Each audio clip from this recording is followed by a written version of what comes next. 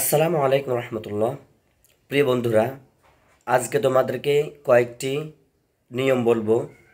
এই নিয়মগুলো মেনে চললে তোমার জীবনও গ্যাস্ট্রিক হবে না, তোমার মুখের রুচি বাড়বে এবং বদহজম হবে না, সবসময় বাথরুম ক্লিয়ার থাকবে এবং শরীরের অনেক রোগ থেকে আল্লাহ তোমাকে হেফাজত করবে এবং সবসময় শরীর সতেজ ফুরফুরে তাজা থাকবে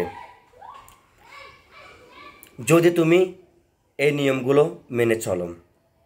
প্রথম নম্বর, তুমি যখন ঘুম থেকে উঠবা সকালবেলায়, তখন খালি পেটে 1 থেকে 2 গ্লাস পানি খাও। এরপর আধা ঘন্টা কমপক্ষে আধা ঘন্টা পর তুমি খাবার দাবার খাও, বা একটু আগে খেলেও কোনো সমস্যা নেই। দ্বিতীয় নম্বর হচ্ছে, যখন তুমি ভাত খাবে অথবা নাস্তা করবে, এগুলো করার পর তোমাকে কমপক্ষে আধা ঘন্টা পর তোমাকে পানি খেতে হবে। যদি তুমি খাবার খাওয়ার পরে পানি খাও, তাহলে তোমার গ্যাস্ট্রিক বাড়বে। এটার কারণ হচ্ছে, যখন তুমি খাবার খাও, তেল চর্বিগুলো পানি খাওয়া খাবার খাওয়ার পর পানি খাওয়ার পরে তখন পেটের মধ্যে তেল চর্বিগুলো ভেসে ওঠে, যার ফলে গ্যাস্ট্রিক শুরু হতে হতে গ্যাস্ট্রিক আলসারের দিকে চলে যায় এবং অনেক সমস্যার সম্মুখীন হতে হবে। এর জন্য খাবার খাওয়ার পরে পানি খাওয়া যাবে না। এরপর তোমাকে এই 1 ঘন্টা পর 1 থেকে 2 ঘন্টা পর তোমাকে 1 থেকে আধা গ্লাস অথবা 1 গ্লাস পানি তোমাকে খেতে হবে এবং অর্থাৎ দিনের মধ্যে তোমাকে প্রতিদিন 3 লিটার পানি খেতে হবে যদি সুস্থভাবে তুমি থাকতে চাও। যদি তুমি এগুলো মেনে চলো, তাহলে তোমার গ্যাস্ট্রিক হবে না।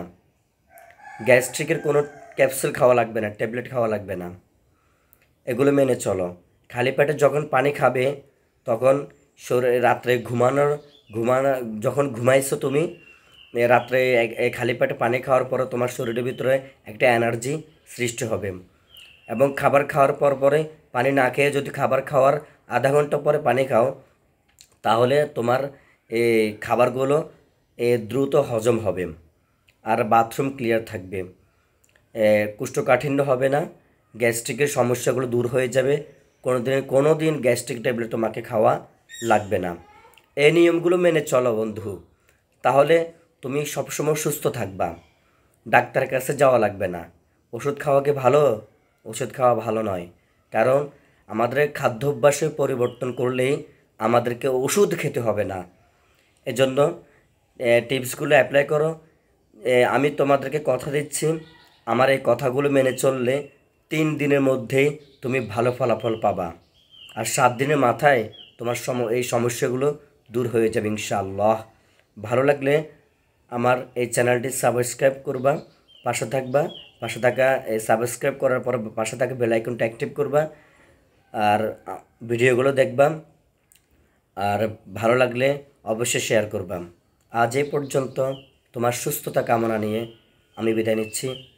আল্লাহ হাফেজ।